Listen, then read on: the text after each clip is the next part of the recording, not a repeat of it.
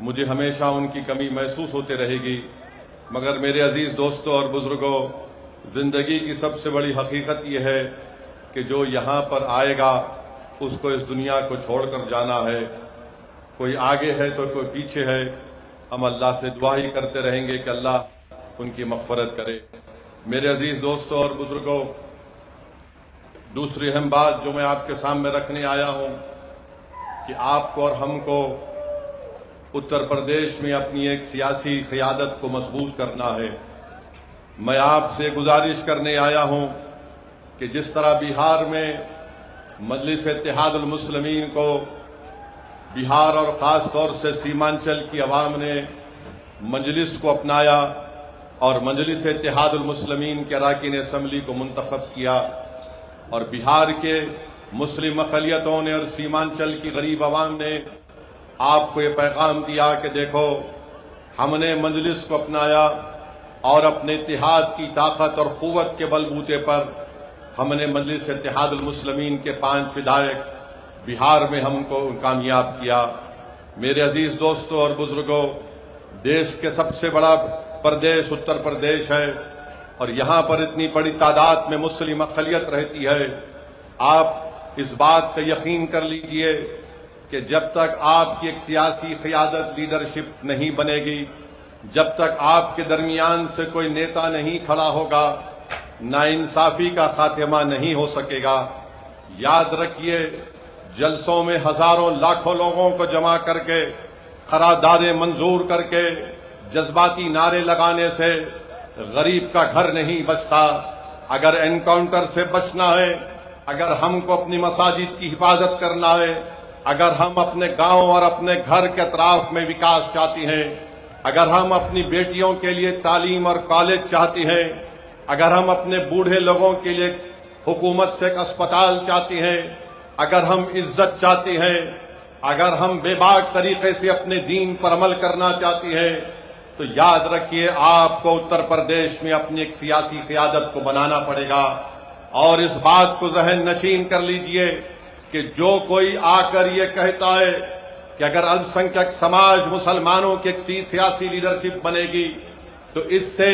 فرقہ پرستی میں اضافہ ہوگا، میں ذمہ داری کے ساتھ کہہ رہا ہوں یہ لوگ جھوٹ بول رہے ہیں۔ اگر فرقہ پرستی کے اس سمندر میں آج اس ملک کو گھیرا جا رہا ہے، جگہ جگہ پر ہم کو نقصان پہنچایا جا رہا ہے، تو پھر اس کا ذمہ دار کون ہے؟ اس کا ذمہ دار وہی لوگ ہیں جو پچھلے 70 سال سے ملت مظلومہ کو یہ کہہ کر سلاتے رہے اور ان کو روکتے رہے کہ نہیں، آپ کی اور ہماری لیڈرشپ نہیں ہو سکتی ہے، ہم کو نام نہاد سیکولر پارٹیوں کا ساتھ دینا ہے۔ بتائیے عزیز دوستوں اور بزرگوں، ہم نے 70 سال میں ہر کسی سیاسی جماعت کے حق میں ووٹ دیا، بتاؤ ہمارا کیا فائدہ ہوا؟ ہمارا کوئی فائدہ نہیں ہوا، ہمارا نقصان بہت زیادہ ہو گیا ہے۔ اسی لیے میں آج آپ سے پھر سے اپیل کر رہا ہوں کہ متحدہ طور پر آپ اپنے ووٹ کا صحیح استعمال کرتے ہوئے آنے والے اسمبلی اور ویدھان سبھا کے چناؤ میں مجلس اتحاد المسلمین کے امیدواروں کو آپ کامیاب کریے۔ یقیناً ہم بھی نہیں چاہتے کہ دوبارہ اتر پردیش میں بی جے پی کی سرکار بنے۔ میں نے پہلے بھی کہا اور آج بھی کہہ رہا ہوں کہ اگر کوئی ہم سے گٹھ بندھن کرنے تیار ہے بی جے پی کو روکنے کے لیے، تو اسد الدین اویسی آدھے رستے تک پیدل چل کر آنے تیار ہے۔ ہم بھی نہیں چاہتے کہ دوبارہ بی جے پی کی سرکار یہاں پر بنے، مگر یاد رکھیے اگر آپ یہ سمجھتے ہیں کہ نہیں سمجھوتا نہیں ہوگا، تمہارا کام صرف ووٹ ڈال کر اپنے گھر میں جا کر خاموش بیٹھ جانا، تو میں ان سے کہنا چاہوں گا کہ اب ووٹ ڈالا جائے گا مگر ووٹ نیتا بنانے کے لیے استعمال ہوگا، ووٹ کسی پارٹی کو بچانے کے لیے نہیں استعمال کیا جائے گا۔ میرے عزیز دوستوں اور بزرگوں، اگر گٹھ بندھن ہوگا، الائنس ہوگا، عزت اور مان سمان کے ساتھ ہوگا، تو یقیناً اسد الدین اویسی اور مجلس اتحاد المسلمین اس گٹھ بندھن کے ساتھ کام کرنے کو تیار ہے۔ ہم پوری کوشش کرنے تیار ہے کہ دوبارہ بھاجپ کی سرکار اتر پردیش میں نہ بنے، مگر اگر آپ یہ سمجھتے ہیں کہ ہمارا کام صرف دری بچھانا ہے، تو یاد رکھو اب کوئی دری نہیں بچھائے گا۔ اب دری بچھانے کے دن ختم ہو چکے ہیں، چاہے وہ نوجوان ہو، چاہے وہ بزرگ ہو، یا ہماری عزتدار ماں اور بہنیں ہیں، وہ اس بات کو محسوس کر لیے ہیں کہ اب دری نہیں بچھائے گی، اب حق کی اور مان سمان کی لڑائی ہوگی۔ اب نیتا بنایا جائے گا، اب لیڈرشپ بنائی جائے گی، اور ایسا لیڈر بنایا جائے گا جو اتر پردیش کی ویدھان سبھا میں جا کر اندھا، گونگا اور بہرا بن کر نہ بیٹھے، بلکہ جب مسجدوں کو شہید کیا جا رہا ہے تو ان کو اپنی ضمیر کی آواز پر اس ویدھان سبھا کے در و دیوار کو ہلا کے رکھنا چاہیے تھا، مگر آج ہم دیکھ رہے ہیں کہ وہ خاموش بیٹھے ہوئے۔ تو میرے عزیز دوستوں اور بزرگوں، میری آپ سے اپیل ہے کہ یاد رکھیے نیتا آپ کو بننا ہے۔ اویسی حیدرآباد سے نکل کر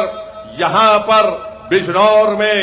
اور نجیب آباد میں اس لیے نہیں آیا کہ میں اپنی تقریر کے ذریعے تم سے واہ واہ حاصل کروں،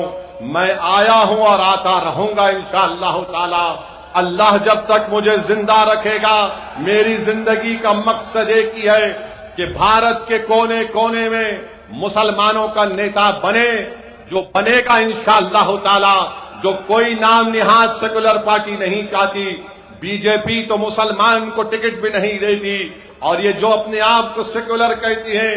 یہ کسی کو ٹکٹ دیتی ہیں تو کسی کو ٹکٹ دے کر غلام بنانے کے لیے دیتی ہے۔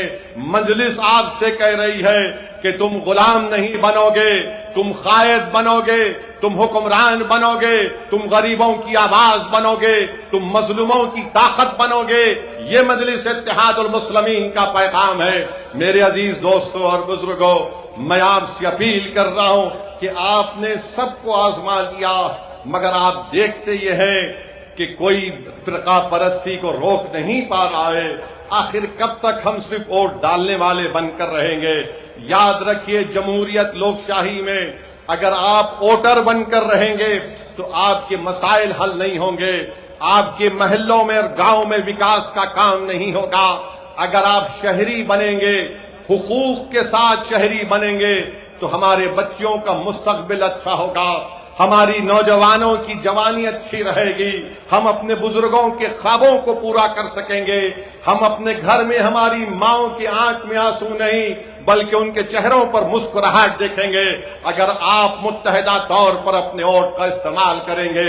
مجلس اتحاد المسلمین کے حق میں۔ میرے عزیز دوستوں اور بزرگوں،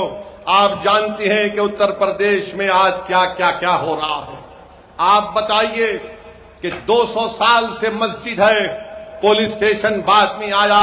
تو مسجد کو توڑنے کی نوٹس دی جاتی ہے۔ 250 سال سے مسجد ہے،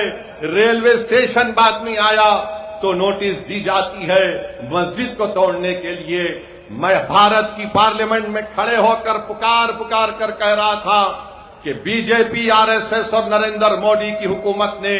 وقف ترمیمی قانون کو لانے کا ایک ہی مقصد ہے کہ مسلمانوں سے وقف کی جائیدادوں کو چھین لیا جائے، مسجدوں کو تبدیل کر دیا جائے، یا پھر مسجدوں کو ہم سے چھین لیا جائے۔ بتاؤ آج سنبل کی مسجد کو کس بنیاد پر شہید کر دیا گیا؟ میں پکار کر کہہ رہا تھا تو مجلس کے مخالفین کہہ رہے تھے کہ اسد الدین اویسی جذباتی تقریر کرتا ہے۔ ارے میں کہہ رہا تھا کہ وقف با یوزر ختم ہو جائے گا تو نادان کہہ رہے تھے نہیں وقف با یوزر رہے گا۔ ارے وقف با یوزر اگر ہے تو بتاؤ سنبل کی مسجد کو کس بنیاد پر توڑا گیا؟ اگر وقف با یوزر قانون میں ہے تو پھر نوٹس کس بنیاد پر میرٹھ اور دیگر جگہوں پر مسجدوں کو دی جا رہی ہے؟ میرے عزیز دوستوں اور بزرگوں، یاد رکھو، فرقہ پرستی سے مقابلہ اگر کرنا ہے تو جمہوری طریقے سے کرنا ہے۔ ہم کو قانون کو اپنے ہاتھ میں نہیں لینا ہے۔ میں نہیں چاہتا کہ کوئی نوجوان اپنی جان کی بازی لگا دے، اور میں نوجوانوں سے کہہ رہا ہوں کہ اللہ تمہارے جذبے کو سلامت رکھے، اور اگر جس دن ضرورت پڑے گی جان کی بازی لگانے کے لیے تو انشاءاللہ تعالیٰ پہلے اسد الدین اویسی اپنی جان کو آپ کے اتحاد اور آپ کے وقار کے لیے قربان کر دے گا۔ مگر نوجوانوں، یہ حال آج ہم دیکھ رہے ہیں کہ کیسے اتر پردیش میں ایک ہی سمودائے کو ٹارگٹ کیا جا رہا ہے۔